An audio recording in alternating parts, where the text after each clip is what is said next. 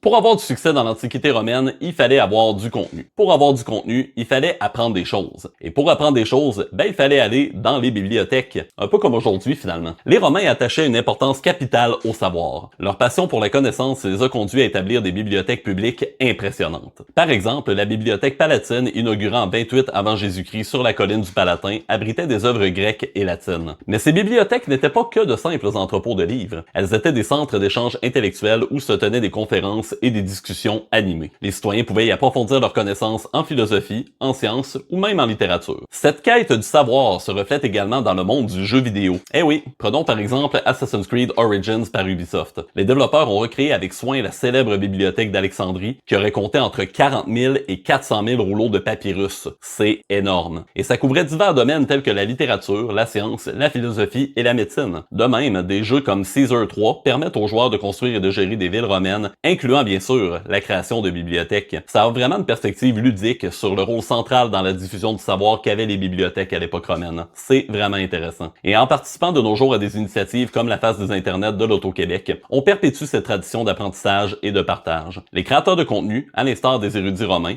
apprennent des connaissances techniques et humaines tout en relevant des défis stimulants. Alors, la leçon du jour, continuons à explorer, apprendre et partager, tout comme les Romains l'ont fait il y a des siècles. On se dit à bientôt pour une nouvelle chronique historico-vidéoludique.